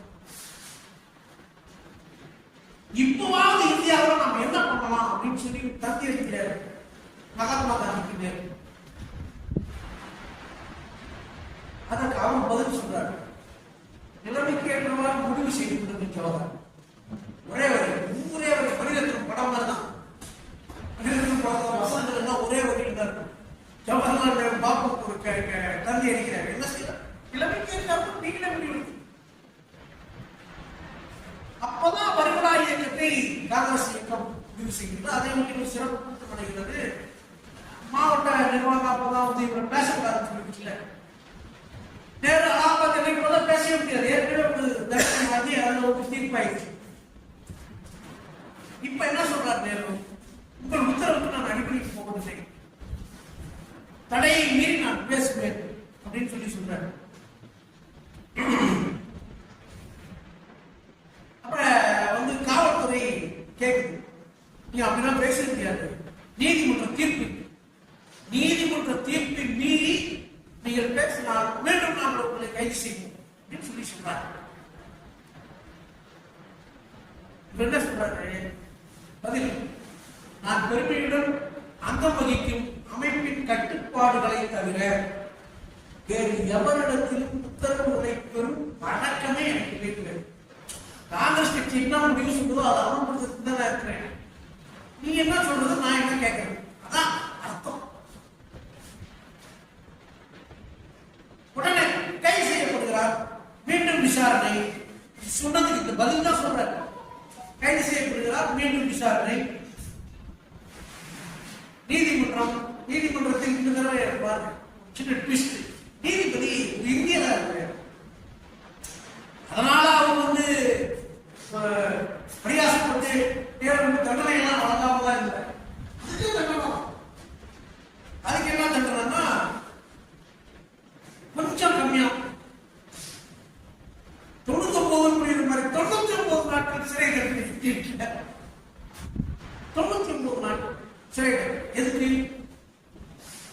நான் என் அமைப்போட விதியைத்தான் கற்றுக்கொண்டு நான் செய்வேன். இதெல்லாம் இந்த 6 வழக்குகள் முழுக்க உத்தரப்பிரதேச மாநிலத்தில். நேரு இப்போது நாடு முழுவதும் பிரபலமாகிக் கொண்டிருக்கக்கூடிய ஒரு காங்கிரஸ் கட்சியின் தலைவர். வங்கத்தில் உங்களுக்கு தெரியும், ஏற்கனவே வெவ்வேறு விதமான போராட்ட குழுக்கள் இருக்குது. இடதுசாரிகள், பொதுவுடைமை இயக்கவாதிகள், தீவிரவாத அமைப்புகள், மிகப்பெரிய ஆயுத கூட்டணியே ஒரே நாள் இரவில் கொள்ளையடித்த சம்பவமா சிட்டகாமல சிட்டகாம் ஆயுத மிகப்பெரிய. அப்படிப்பட்ட ஒரு மிக முக்கியமான மாநிலமான இன்னைக்கு வங்கத்திற்கு செல்வது என்பதே ஒரு மிகப்பெரிய விஷயம். நேரம் காந்தியை போல் எளிமையாக அடக்கமான பொருளை பேச முடியும். எடுத்தாலும் உச்சஸ்தாயில் போய் வசீகரிக்கும் பேச்சு, கூட்டத்தை ஈர்க்கும் பேச்சு, அப்படிப்பட்ட பேச்சாளர். நேரு வங்காளத்தில் போய் இறங்கியதிலிருந்து அவர் பின்னால் ஆங்கில நிர்வாகம் இவர் எந்தெந்த ஊர்லாம் எப்படி பேசுறாங்க பார்த்துட்டே இருக்கு. ஏன்னா ஏற்கனவே உத்தரப்பிரதேசத்துல அலாபாத் மாநிலத்தில் பேச முடியாது. இப்ப பேசுறாங்க, அங்கதான் போறாரு. எங்க போனாலும் பெரும் கூட்டம் இருக்குது. இந்த கூட்டத்தை எப்படி சமாளிக்கிறதுலே ஒரு பெரிய பிரச்சனையா இருந்துச்சு ஆங்கில அரசு. இவர் மேல வழக்கு போட்டு இவர் உள்ள தள்ளுறது ஒரு பக்கம். கூட்டம் 10,000, 15,000, 20,000 அப்படின்னு போச்சுன்னா அது ஒரு லேண்ட் ஆர்டர் பிரச்சனையா மாறிச்சுன்னா அதுவே ஒரு பிரச்சனை. அதனால இவரை பின்னுக்கு தள்ளி இவரை செகண்டரி ஆகிட்டார், அதை பிரைமரி ஆகிட்டார். கூட்டத்தை கண்டுபிடிச்சி கூட்டத்துக்கு போகப்படாமல் இது போன்ற வேலைகளில் இந்த நேரத்தில் காங்கிரஸ் காரியப்பட்டு ஏராளமான இயக்கங்களை தொடர்ச்சியாக தீர்மானித்துக் கொண்டே இருக்கிறது. மிட்னாப்பூர் மாவட்டத்துக்கு போகும்போது போலீஸ் அந்த எல்லையிலேயே நிறுத்துகிறாங்க. ஏன் போகக்கூடாதுன்னு கேட்க காவல்துறையோட ஒரு முறையான வாக்குவாதம். ஏன் போகக்கூடாது? உங்களை பார்த்துட்டு ஏன் கூடிடுறாங்க. எங்களுக்கு அது ஒரு பெரிய பிரச்சனையா இருக்கு. அதுக்கு நான் என்ன பண்ண முடியும்? நான் இந்த நாட்டினுடைய சுதந்திரத்திற்காக பேசுவதற்காக, என் மக்களை எழுச்சியோடு அழைப்பதற்காக நான் வந்து கொண்டிருக்கிறேன். நான் காங்கிரஸ் கட்சியுடைய ஒரு புரியும். நான் போவேன். நீங்கள் தடையை மீறி போனால் உங்கள் மீது வழக்கு செய்யப்படும், உங்களை நாங்கள் கைது செய்ய வேண்டியிருக்கும் அப்படிங்கிற தாராளமாக படிக்கணும். இது எதிர்பார்த்ததான். ஏற்கனவே 2 மீட்டிங் பேசிட்டாரு. ஒன்றும் பெரிய பிரச்சனை பிரச்சனை மிட்னாப்பூர் மாவட்டத்தில் கைது செய்யறாங்க. விசாரணை நிறைவாக நேரு இந்த தடவை நீதிமன்றத்தில் சொல்றாரு, நான் கலவரத்தை தூண்டும் விதமான 3 கூட்டங்களில் பேசினேன் என்பதே குற்றச்சாட்டு. மொத்தமே 3 லைன் தான் என்னுடைய பேச்சு. என் தேச விடுதலைக்காக நான் பேசினேன். அது கலவரத்தை தூண்டும் என்றால் நான் ஏற்றுக்கொள்கிறேன். இந்த முறை நீதி அரசர் இதுக்கே நீங்க பேச்சு பேசுவீங்க. 3 கூட்டத்துக்கே விவகாரம். இந்த முறை நமக்கு 1 நாள் 93 நாள் அதெல்லாம் கிடையாது. 2 நாட்கள் கருதாகும். நேரடியாக வங்கத்திலேயே 2 ஆண்டுகள் அங்கே இருக்கிறார். அதே அந்த மாவட்டத்தினுடைய மிட்னாப்பூர் சிறையிலேயே 2 ஆண்டுகள் கைது. உண்மையிலுமே கற்பனை பண்ணி பார்க்க முடியாது. ஐயோ பேச போறாரு உத்தரப்பிரதேசத்துல வங்காளத்துக்கு அங்க கைது செய்யறாங்க, அங்கேயே என்ன பண்ணாரு? எப்படி 2 வருஷம் 720 நாள் குடும்பத்தை என்ன பண்ணிருப்பாங்க? இதெல்லாம் படிக்க 2 வருஷம் அங்க முடிச்சுட்டு வெளியே வர்றாரு. அப்பொழுதும் சுதந்திர வேட்கை வேள்வி ஆணையம் இல்லை பற்றி நெருப்பாக எழுதி ஒரு பகுதி. அவர் வெளியே வந்தோடனே காங்கிரஸ் கட்சிக்காரர்கள் 2 ஆண்டுகள் கழித்து பாருங்க. இப்போ ஒரு தடவை 10 நாள் உள்ள போயிட்டு அதுக்கப்புறம் யாரும் எட்டி பார்க்க மாட்டேங்க. 2 வருஷம் அங்கேயே நடக்கிறாரு. காங்கிரஸ் கட்சிக்காரன் வெளியே வந்தோடனே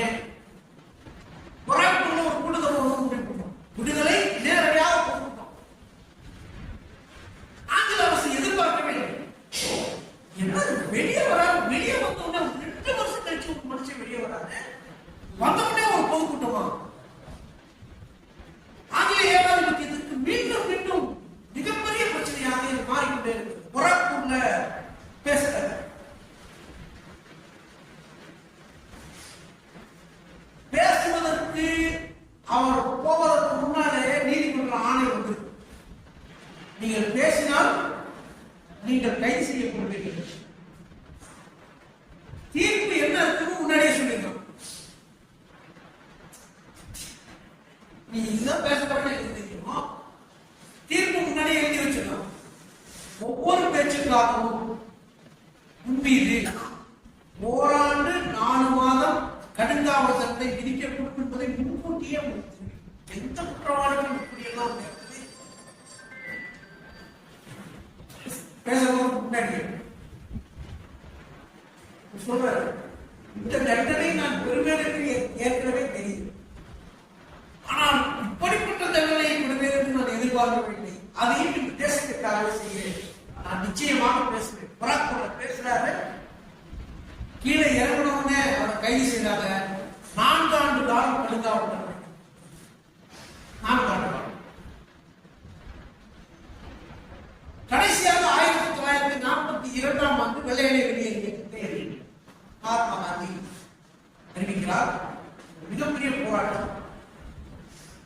ஆகஸ்ட் 8ஆம் தேதி என்று காங்கிரஸ் கட்சியுடைய காரிய கமிட்டி கமிட்டின்னு சொல்லக்கூடியது முடிவு செய்து மிகப்பெரிய போராட்டத்தை தீர்மானித்தார்.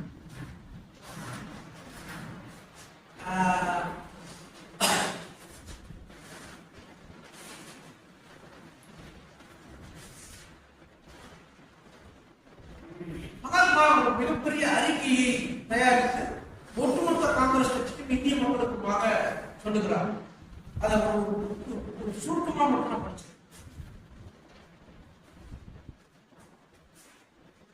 உடனடியாக சுதந்திரம் தேவை. இந்த இரவிலேயே முடியும் முன்னர் சுதந்திரம் வர வேண்டும். இந்த மணித்துளிகளிலிருந்து நீங்கள் ஒவ்வொருவரும் உங்களை சுதந்திர மனிதர்கள் பெண்கள் என்று நினைத்துக் கொள்ளுங்கள். 1942 அறிவிக்கிறது. ஏகாதிபத்தியத்தின் காலடியில் நீங்கள் அடிமைகளாக இல்லை. சுதந்திரம் பெற்றுவிட்டார் போல் நடந்து கொள்ளுங்கள். நான் கூறும் ஆலோசனை வெறும் கற்பனை என்று செய்து கொள்ளாதீர்கள். சுதந்திரத்தின் சாரம் இதுதான். நீ இப்பயே உன்னை சுதந்திர மனுஷனாக நினைச்சுக்கோ. என்ன வேணா செஞ்சு போக. நான் கூறும் ஆலோசனை இந்தியாவின் அடிமை தடையை ஒட்டுமொத்தமாக முறியடிப்பதற்காகவும் ஒவ்வொரு தனிமனிதனும் தன்னை ஒரு சுதந்திர மனிதன் என்று நினைக்க வேண்டும் என்பதேதான் நான் இந்த நேரத்தில் சொல்லக்கூடிய பிரகடனமாக ஒரு 140 நிமிஷம் பேசுறாரு மகாத்மா. ரொம்ப நீண்ட உரையெல்லாம் சமகாலத்தில் பேசுகிறேன். இந்த அறிக்கையை சொல்லி முடித்து அவர் காங்கிரஸ் கமிட்டி காரிய கமிட்டியிலிருந்து வெளியே போறாங்க. நாடு முழுவதும் மிகப்பெரிய போராட்டத்தை தீர்மானிக்கிறார். சொல்லவே வேண்டாம், காங்கிரஸ் கட்சியினுடைய தலைவராக இருக்கக்கூடிய ஜவஹர்லால் நேரு உடனடியாக கைது செய்யப்பட்டார். யோசிச்சு பாருங்க. ரொம்ப அப்படியே ஒரு நிமிஷம் நல்லா கலங்கிட்டேன். 1040 நாட்கள் ஒரு மனிதனுக்கு சிறையில் பாவுசிக்கு அப்படிப்பட்ட தண்டனை தான் வழக்கம். இரட்டை ஆயுள் தண்டனை, சாதாரண தண்டனை எல்லாம் இல்லை. ஆன போராளிக்கு அஞ்சில் அரசாங்கம் கொடுத்த தண்டனைகள்ல மிகப்பெரிய உச்சபட்சமான தண்டனை இரட்டை ஆயுள். ஆனா நேரம் 1040 நாட்கள் தண்டனை இருக்கு. அது எந்த கணக்குன்னு தெரியல. 1040 நாட்கள் யோசனை பண்ணி பாருங்க. 1942 1040 நாட்கள் மனிதர்கள் சிறையில் இருக்கிறார். அவர் சிறையில் இருந்த போதுதான் அவர் எழுதிய புத்தகங்கள்லாம் இருக்குல்ல, பெரும்பாலும் அவர் சிறையில் இருந்த போது எழுதியிருந்தான். டிஸ்கவரி ஆஃபியாக இருந்தாலும் சரி, அன்புமணி இந்திராவுக்கு அவர் எழுதிய கடிதங்களாக இருந்தாலும் சரி, அனைத்தும் சிறையிலிருந்து எழுதியிருந்தார். அவர் மொத்தமாக வாழ்நாளில் 3262 நாட்கள் சிறையில், மீன்ஸ் கிட்டத்தட்ட ஒரு 10 ஆண்டு காலம், ஒரு 10 ஆண்டு காலம், ஒரு 9 வருஷம், 365 நாள் கணக்கு 19 வருஷம். 1942 1920 ரவுலட் சட்டம் துவங்கியதிலிருந்து 1942 இந்த 22 ஆண்டுகளில் 9 ஆண்டுகள் மனிதர் சிறையிலேயே எவ்வளவோ வழக்குகள். இந்த வழக்கில் நீ 1040 நாள் சார் யோசிக்கவே முடியல, தலை சுத்து. ஆனாலும் என்ன காரணம்? தேசத்தின் விடுதலை. என் தலைவர் சொல்லிவிட்டார், அதான் முடிவுகளை எப்பேற்பட்ட மனிதனுடைய அந்த வரலாற்றை இந்த நாளில் நாம் நினைக்கிறோம். எந்த நாளில் நாம் நினைப்போம்? அந்த நாளில் நாம் நினைப்போம். இந்தியாவுடைய சுதந்திர போராட்ட வரலாற்றில் ஏராளமான தலைவர்கள் உயிர் பலி கூட செய்திருக்கிறார்கள். அதெல்லாம் மறுப்பதற்கே எத்தனையோ தியாகம். நமக்கு கண்ணுக்கு தெரியாதவர்களெல்லாம் தியாகசீலர்களாக இருக்கிறார். வேதாரண்யம் உப்பு சத்தியாகிரகத்தின் பொழுது உப்பு சத்தியாகிரகிகளுக்கு இதே தஞ்சை மாவட்டத்தினுடைய பல பகுதிகளில் தாங்கள் மாட்டிக்கொள்ளக்கூடாது, ஆனால் தங்களுக்காக போராடக்கூடிய சத்தியாகிரகிகளுக்கு உணவளிக்க வேண்டும் என்பதற்காக மரத்தில் போய் பொட்டலங்களை மாற்றிவிட்ட வரலாறுலாம் தஞ்சை உண்டு. அவங்க அப்ப தியாகத்தில் ஈடுபட்டிருக்கிறாங்க, இல்லைன்னு நம்ம சொல்லவே முடியாது. இப்படி கண்ணுக்கு தெரியாத, பெயர் தெரியாத எத்தனையோ லட்சக்கணக்கான பேர் ஆங்கில அரசாங்கத்தினுடைய சட்டங்களுக்கெல்லாம் எதிராக போராடிதான் இந்தியா சுதந்திரம். ஆனால் ஒரு தனி மனிதன் காங்கிரஸ் கட்சியினுடைய தலைவராகவும் இருக்கும்போது தன் நிலையிலிருந்து தன்னை கீழே இறக்கி நாடுதான் முக்கியம். சார் அவர் என்னைக்குமே அவரோட காங்கிரஸ் கட்சி என்ன சொல்றதோ காந்தி என்ன சொல்றதோ காந்தி சொல்றதோ செய்யும். அதான் நேரோட அதனால்தான் என்னவோ தெரியாது காந்தி தன்னுடைய அரசியல் வாரிசாக நேரப்பட்டு அதுல இன்னும் பெரிய விவாதங்கள் இன்றும் நடந்து கொண்டிருக்கிறது. இன்றும் நடந்து கொண்டுதான் இருக்கிறது. அந்த விவாதங்கள் நடந்து கொண்டே இருக்கிறது. ஆனால் அதற்கான 1964 அவர் மரணிக்கும் வரை இந்த நாடு எப்படி இருக்க வேண்டும் என்பதற்கான வழி காட்டியாக, திசை காட்டியாக நிச்சயமாக இந்தியாவின் தொழில், கல்வி சும்மா லேசப்பட்ட விஷயம் இல்லை. கல்வியில் மிகவும் பின்தங்கிய நாடாக இருந்த ஒரு நாட்டில் கல்வியை பரவலாக கொண்டு செல்வதில் நேருவினுடைய மகத்தான இந்தியா 47 சுதந்திரம் கிடைக்கும் இந்தியா இந்தியாவாகவே இல்லையே. ஒரு கம்ப்ளீட் நாடுலாம் சொல்ல முடியுமா? சமஸ்தானங்கள், ராஜாக்கள், நிஜாம்கள், எப்படி எல்லாம் இவை எல்லாவற்றையும் ஒருங்கிணைத்து செய்வதற்கான ஒரு செயல்திறன், மிகப்பெரிய ஸ்ட்ராட்டஜிஸ்ட். அதே மாதிரி உலக நாடுகளில் இருக்கக்கூடிய தலைவர்களோடு ஒரு உரையாடலை நடத்தி இந்தியாவுக்கான தொழில்நுட்ப விஷயங்களை எல்லாம் கொண்டு வருவது அவர் ஆற்றிய பணி. இதே இந்தியாவில் நம்ம தமிழ்நாட்டில் நெய்வேலி நிறுவனத்தை சொல்லலாம். ஏராளமான விஷயங்களை நாம் சொல்லிக் கொண்டே போறோம். இந்தியாவினுடைய பல விஷயங்களில் அவருடைய அந்த ஆளுமை திறன் எந்த உலக தலைவர்களையும் அவர் நிராகரிப்பதில்லை. எந்த உலக தலைவரும் இவரை நிராகரிப்பதில்லை. அதே மாதிரி நேருடைய ஐநா உரை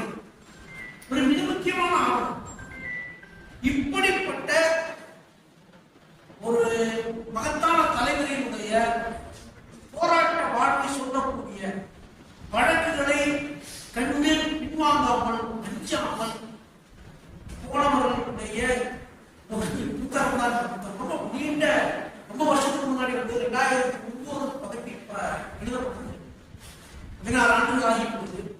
இப்போ கிட்டத்தட்ட அது அச்சில் கூட இல்லைன்னு தான் நான் சொல்றேன். ஆனா ஒரு மிக முக்கியமான ஆவணத்தை இன்று அறிமுகம் செய்து அவரையுடைய புகழ்ந்து நான் சொல்ல மாட்டேன், அவர் செய்த பணிகளை மீண்டும் நினைவுறுவதற்கான ஒரு நல்ல வாய்ப்பை எனக்கு வழங்கிய சப்ஸ்டிடியூட்டுக்கு வழங்கிய மக்கள் சிந்தனைகளுடைய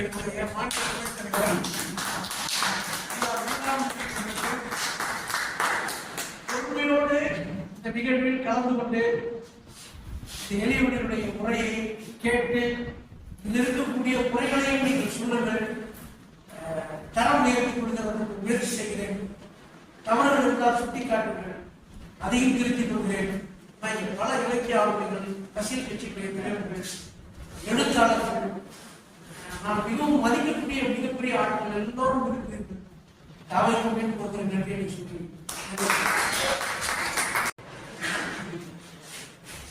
நான் முன்மொழிந்த விஞ்ஞானி பொழுது சிவகுரு அவர்கள் தன்னுடைய உரை மூலமாக வழிமொழிந்திருக்கிறார். அதாவது வழக்குகள் நமக்கு இந்த ஐயப்பாட்டான தலைப்பை டீகோட் செய்யும் போது நேரு சந்தித்த வழக்குகளா, நேரு வழக்காடிய வழக்குகளா என்ற ஐயப்பாடு இருந்தது அட்டையை பார்க்கிறார்கள். ஏன்னா நமக்கு இன்னொரு அறிவு கிடையாது, அதை பற்றி எப்படி தெரியாது என்று சொல்லி ஆரம்பித்து பிறகு அவருடைய உரையை கேட்ட பிறகு தெளிவாக தெரிகிறது. 3200 நாட்கள் சிறை தண்டனையை அனுபவித்த ஒரு மாபெரும் தேச தலைவரை பற்றிய அவர் மீது இந்திய அரசாங்கம் தேச பற்று காரணமாக போராடிய ஒரு அற்புதமான ஒரு மனிதன் மீது தொடுக்கப்பட்ட வழக்குகள். ஒரு போராட்டம் முடிக்கிறாங்க, அடுத்த நாள் சிறைச்சாலை. இப்படி அவர் சொன்ன கணக்குப்படி பார்த்தால் ஏதோ ஒரு போராட்டத்தில் 3 ஆண்டுகள் இருந்ததாக நான் படித்திருக்கிறேன். இப்படி சொன்ன பிறகு அவரை எல்லாம் சரி செய்து கொண்டேன். 4 ஆண்டுகள் 2 ஆண்டு பல முறை சிறு வழக்குகளுக்காக போனது உண்டு. ஆனால் இதை கொஞ்சம் கூட பொருட்படுத்தாமல், இதை அக்கறையோடு பார்க்காமல், ஒரு மாற்று சிந்தனையோடு சிலர் சொல்லுகின்ற சில வருத்தத்துக்குரிய செய்திகளும் நான் மனமிட்டு ரொம்ப ஒரு இடத்துல பகிர ஆசைப்படுகிறேன். அது ஒன்று, சிறைச்சாலை வசதியோடு அவர் இருந்தது என்று ஒரு மோசமான ஒரு கருத்தினை தெரிவிக்கின்றார். தேச தலைவர் மிகப்பெரிய தலைவர்களோடு சேர்ந்து இருந்த போது ஒரு பெனிஷியல் பிரிசன் இருந்தது என்பது உண்மை, மற்றவர்களோடு இருக்கும்போது. ஆனால் அவர் இருந்த இடத்திலே அவ்வளவு பெரிய வசதிகள் இருந்ததாக அது கருத்து கிடையாது. அதை வேண்டும் என்றே சிலர் பரப்புகின்றார்கள். அது எது எப்படி வேணாலும் இருந்துட்டு போகட்டும், அவர் சிறையில் இருந்தார் என்று மட்டும் நாம் ஏற்றுக்கொள்வோம் என்று அந்த இடத்தில் நான் சமாதானப்படுத்திக் கொண்டேன். இதை பற்றி இன்னும் மேலும் அதிகமாக சொன்னா கூட நான் மகிழ்ச்சி அடைவேன். மொத்தத்தில் இன்றைய சிவகுரு அவர்களுடைய இந்த உரை நமக்கு ஒரு தெளிவை கொடுத்தது. மோதிலால் நேரு அவர்களுடைய மகன் ஜவஹர்லால் நேரு என்பவர் தந்தையை மிஞ்சிய தேசப்பற்றாளர் என்பதும் மக்கள் மனிதனை என்றும் இருக்கக்கூடியவர் என்பதும் அதை இன்றைய வழங்கிய மக்கள் பேரவைக்கும் பகிர்ந்த அருமைக்குரிய தோழர் சிவகுரு அவர்களுக்கும் மனமார்ந்த பாராட்டுதலை தெரிவிக்கின்றேன். இந்தியாவில் ஏறிக்கை காட்டுகிறோம். அது பற்றிய சிவகுருவோட பேச்சு நல்லா இருந்தது. எப்பவும் வழக்கமாக பேசுறது தான் புத்தகம், அதுவும் குறுகிய காலத்துல புத்தகத்தை பற்றி படிக்கிறதுக்கு பேசுறதுல நல்லவர். அதனால மக்கள் சிந்தனையின் காரணமாக நன்றி தெரிவித்துக்கிறோம். இந்த கூட்டத்துக்கு தந்திருந்து சிறப்பு செய்த